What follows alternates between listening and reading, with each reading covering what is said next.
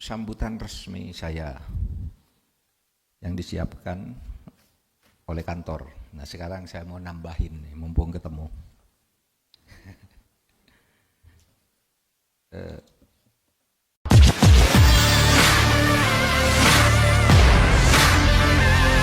Saudara sekalian, pungli itu adalah cabang dari mafia.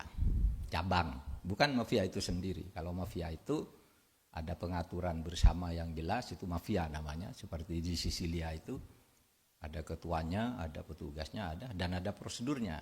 Cara melakukan tugas begini. Tapi pungli itu bagian saja. Bahkan saya mengatakan pungli itu adalah bagian dari industri hukum. Industri hukum itu artinya hukum sebagai bahan mentah atau hukum sebagai hal yang sudah jadi diolah untuk dipermainkan. Itu namanya industri hukum. Misalnya industri hukum itu orang tidak salah dijadikan kambing hitam. Dicari pasalnya. Itu, dicari pasalnya. Ditekan sedemikian rupa, itu industri hukum. Atau orang salah dibebaskan. Dicari pasalnya. Ini pasalnya. Kalau kamu mau, ini salah loh kamu, ini pasalnya begini. Tapi kamu bisa saya bebaskan. Ini alibi yang bisa dibuatkan oleh aparat penegak hukum, bebas, bayar dia. Itu industri hukum. Saya pernah bercerita dan diceritain oleh sahabat saya Jaya Suprana. Katanya dia didatangi dulu nih, sekarang dan tidak ada. Ya jangan takut.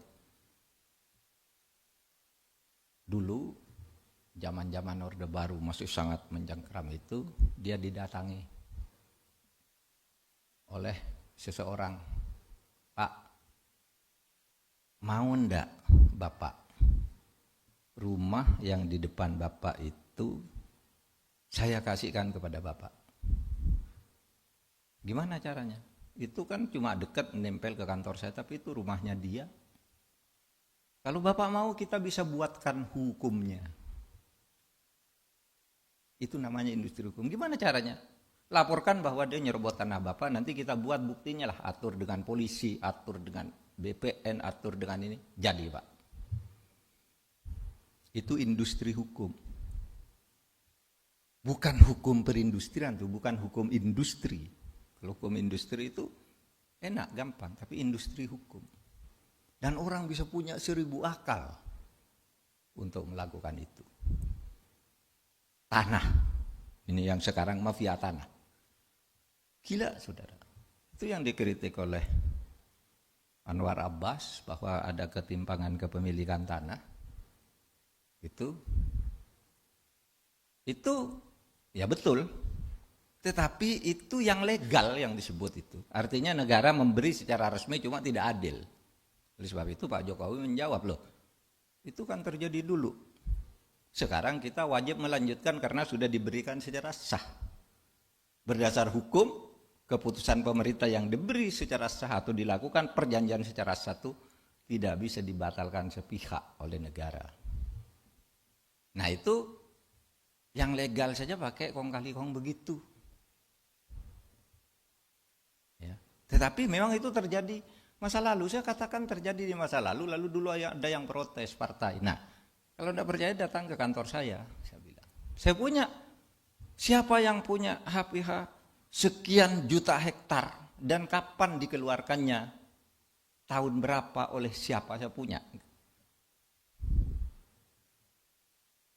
Kita sekarang justru akan memperbaiki. Jadi benar kata Pak Jokowi, justru kita sekarang mulai menghentikan itu.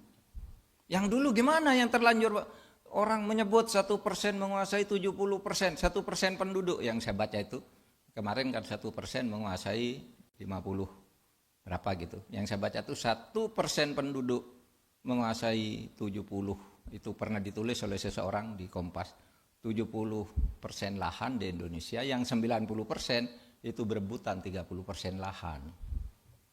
Itu wadah enggak? Ada. Dan itu dibuat melalui proses-proses hukum yang secara formal sah.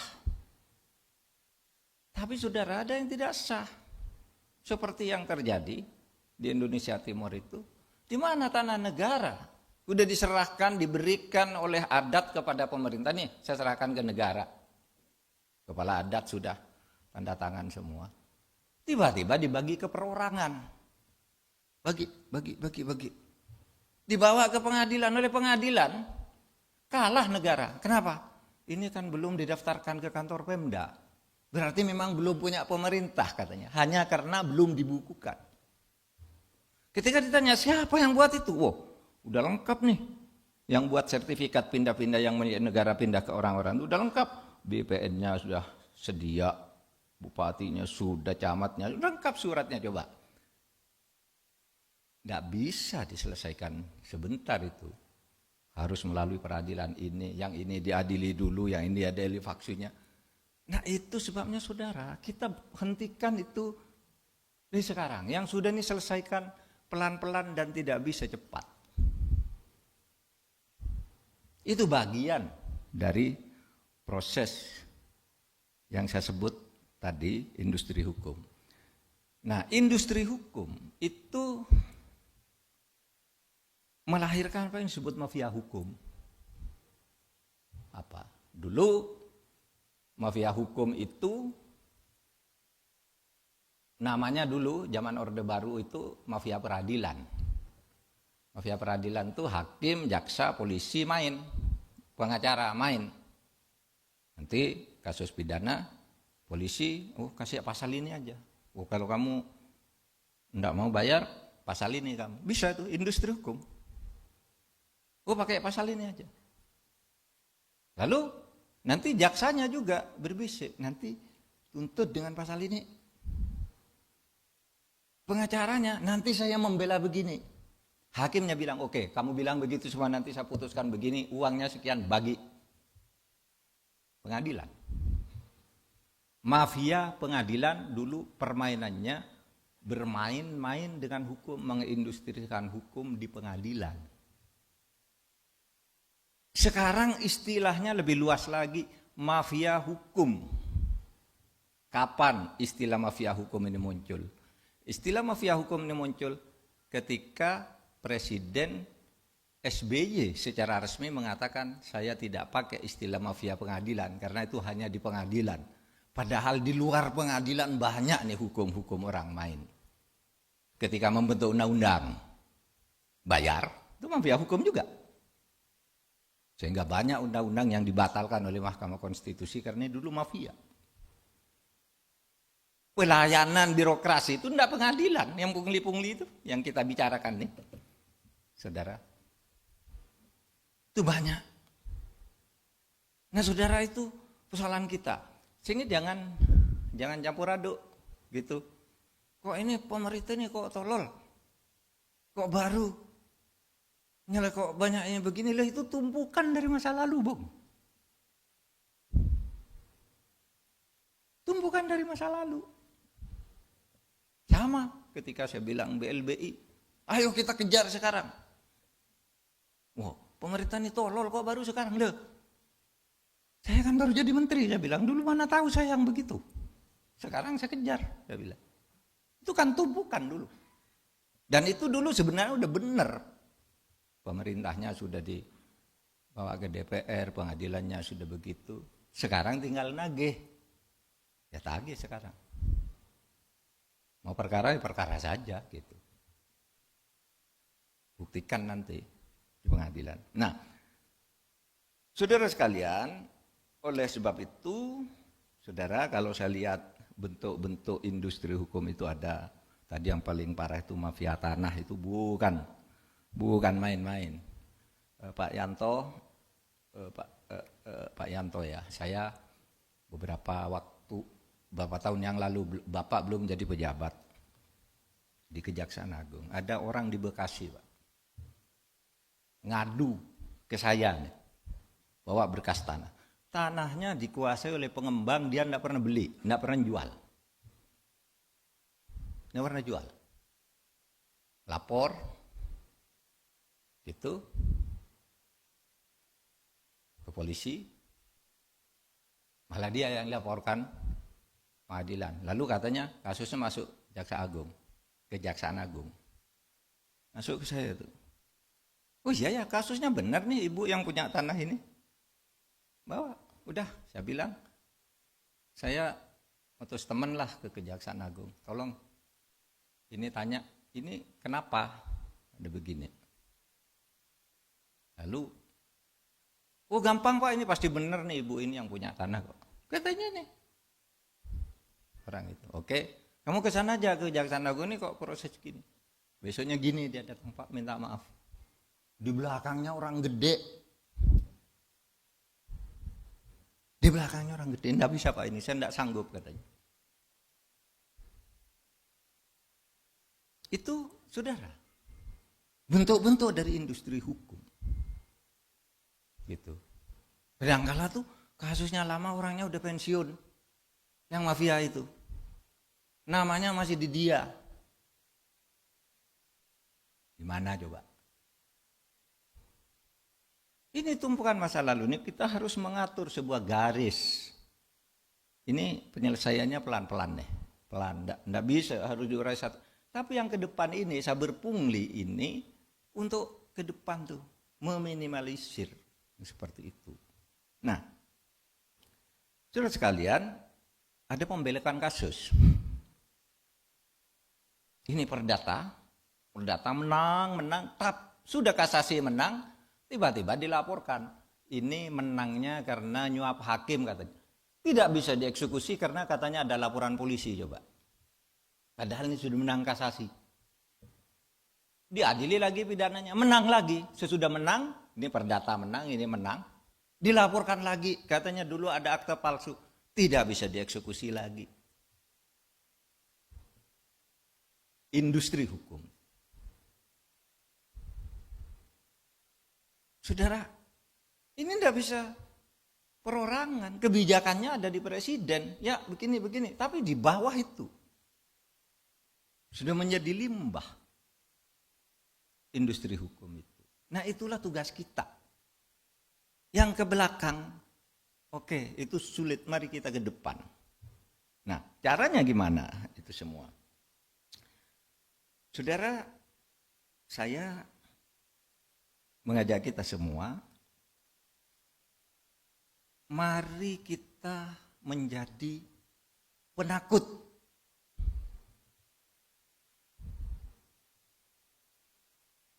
Ada orang tanya begini, Pak Mahfud, Anda kok berani sekali nyebut ini, nyebut itu. Saya bilang karena saya penakut. Saya takut kalau saya melayani hal-hal yang seperti ini dan saya tidak bertindak seperti ini, saya dosa. Saya sudah bersumpah. Sehingga ketakutan saya apa? Satu, takut kepada hukum resmi. Apa hukum resmi? Yaitu undang-undang. Barang siapa melakukan ini ancamannya segini. Barang siapa ini bisa diproses karena tindakan pidana ini. Takut kepada hukum. Karena apa? Setiap hal yang sudah menjadi tindakan kriminal menurut hukum itu bisa ditindak secara hukum. Satu, takut kepada hukum. Tapi takut kepada hukum tidak cukup. Karena hukum bisa diindustrikan tadi. Kalau hanya takut kepada hukum gampang bisa diatur. Pakai pasal ini aja lah selesai ini. Atau hubungi Pak itu selesai ini. Itu kan yang Miriska di sana kan dulu anak buahnya datangnya aja telepon. Industri. Carikan pasal agar bebas. Carikan pasal agar yang itu yang masuk. Itu industri. Industri hukum. Gitu. Maka saya katakan tidak cukup takut pada hukum. Tapi takutlah pada sanksi moral. Takutlah pada sanksi otonom. Kalau sanksi hukum tuh sanksi heteronom namanya. Polisi sama Pak Agung tangkap itu heteronom. Tidak boleh dilawan, nangkap. Kasih Pak Yanto Amir, ajukan ke pengadilan. Hakim menyatakan kamu dihukum 4 tahun, tetap. Itu heteronom. Negara yang menghukum. Tapi ada perbuatan banyak itu yang tidak bisa dijangkau oleh Pak Agung sama Pak Yanto. Tidak bisa. Polisi tidak bisa. Pengadilan tidak bisa. Banyak. Nah disitulah kemudian kita berpancasila itu harus melihat Pancasila itu sebagai bangunan besar. Pancasila, dasar ideologi negara itu melahirkan hukum hanya dari satu aspek. Nih, Pancasila itu kan fungsinya banyak ya. Satu sebagai dasar negara. Ini melahirkan hukum nih. Undang-undang dasar itu dasar negara itu melahirkan hukum yang mengikat. Dipaksakan. Melahirkan undang-undang dasar, undang-undang, perpu, per PP, perpres, perda, perprov, perkap, perkot, sampai ke desa itu Pancasila hukum. Tapi ini Pancasila yang tidak hukum kan banyak nih. Moral misalnya. Ya, yang belum ada hukumnya dari ajaran Pancasila itu misalnya. Di dalam Pancasila itu ajarannya setiap manusia Indonesia percaya kepada Tuhan Yang Maha Esa. Itu Pancasila. Tetapi itu kan belum ada hukumnya. Barang siapa tidak bertuhan, dihukum, tidak ada. Oleh sebab itu orang mengaku ateis tidak bisa dihukum di Indonesia. Kenapa? Belum ada hukumnya, itu baru nilai Pancasila yang non hukum, itu moral. Maka Pancasila itu punya fungsi sebagai dasar negara, sebagai ideologi negara, sebagai sumber dari segala sumber hukum, sebagai moral bangsa, sebagai kepribadian dan budaya bangsa, sebagai arah dan tujuan bangsa, sebagai pemersatu bangsa, sebagai pedoman tingkah laku bangsa. Itu tidak ada hukumnya. Yang ada hukumnya baru sedikit. Nah yang tidak ada hukumnya ini sanksinya, sanksi otonom. Apa sanksi otonom itu? Kalau orang beragama, dosa. Saya masuk neraka. Kalau orang berbudaya, malu saya melakukan itu. Kalau orang agak percaya pada Tuhan Yang Maha Esa tanpa dikaitkan dengan agama tertentu, saya takut kena karma. Karena banyak orang yang bebas dari hukum itu, tiba-tiba karmanya terjadi. Saya pernah cerita, hakim punya uang 149 miliar. Dari dana konsinyasi kan dulu, dana konsinyasi dulu kan dilaporkan. Masuk dia, tapi dia tidak berani masukkan ke daftar kekayaan, dititip ke temannya nih. Pak Agung titip nih uang ya, ini punya saya ya, tapi kamu buat rekeningnya agar saya tidak ketahuan. Begitu pensiun, Pak Agung lari. Mau lapor ke siapa? Mau lapor, kamu kok laporkan itu berarti kamu dulu korupsi, tangkap dia. Ya kan? Karma. Ada lagi yang istrinya bawa uangnya selingkuh dengan bawahan suaminya yang korupsi itu. Nggak berani lapor lagi. Itu namanya hukuman otonom. Bahkan gak ada yang mengatakan ada orang tabrak mobil, jedat gitu. Nah itu, kalau korupsi katanya. Padahal itu belum tentu dan mungkin tidak ada hubungan. Tapi masyarakat menghukum begitu, rasain lu. Dan seorang yang berlaku korupsi membuat industri-industri hukum itu meskipun bebas dari hukum tapi tidak takut pada hukuman otonom. Maka dia akan mendapat neraka. Bukan di akhirat neraka itu bagi saya. Neraka itu bisa di dunia juga. Selalu takut, malu, tertekan, disandra oleh bodyguard. Karena apa? Dia sudah keluar. Takut kan nyewa orang. Bayar terus, diperas terus. Kalau enggak, saya bongkar kamu. Loh, hidupnya enggak ada gunanya akhirnya. Seperti ini tadi, yang hakim itu tadi, yang punya uang 149 miliar. Akhirnya apa, saudara? Sakit. Tiap hari enggak bisa pergi, enggak bisa jalan. Sakit. Karena sakit terus mungkin istrinya 2 bulan, 3 bulan itu ngerawat. Sesudah itu kan bosen juga, jadi ditinggal di rumah nonton TV. Istrinya pergi sama anak-anak. Itu hakim hebat. Nonton TV gitu. Penyakitnya apa? Ini kalau mau tidur suntik dulu. Tap. Kalau bangun untuk bisa duduk suntik lagi. Uangnya banyak, dibawa oleh temannya, istrinya lari. Karma. Oleh sebab itu saudara, menghayati Pancasila itu jangan hanya takut pada hukumnya. Takut juga pada sanksi-sanksi yang bersumber dari kearifan budaya bangsa kita. Bahwa kita orang beragama. Kita orang tahu bahwa ada balasan terhadap orang yang bersalah. Itu. Saudara, sebab itu hati-hati. Saudara, saya ya bukan ingin ketika saya hati-hati itu bukan sombong, bukan sok gitu. Saya betul-betul hati-hati kepada Pak Sesmen ketika datang, dia bilang, Pak, saya tidak minta dicarikan uang. Itu kan sering tuh pejabat eselon 1 nyetor ke atasannya tuh, carikan dari anggaran sekian persen, itu bukan rahasia deh, udah banyak masuk penjara. Saya bilang Pak Sesmen ketika pertama, Pak, saya menteri di sini, saya bisa cari uang sendiri. Jangan coba-coba ada pejabat menyediakan uang saya.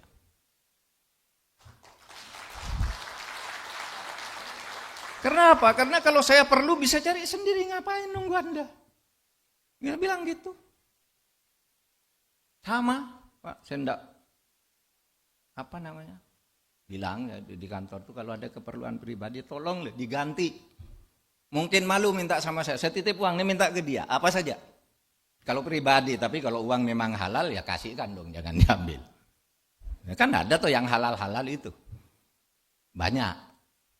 Yang halal kasihkan. Tapi yang keperluan pribadi.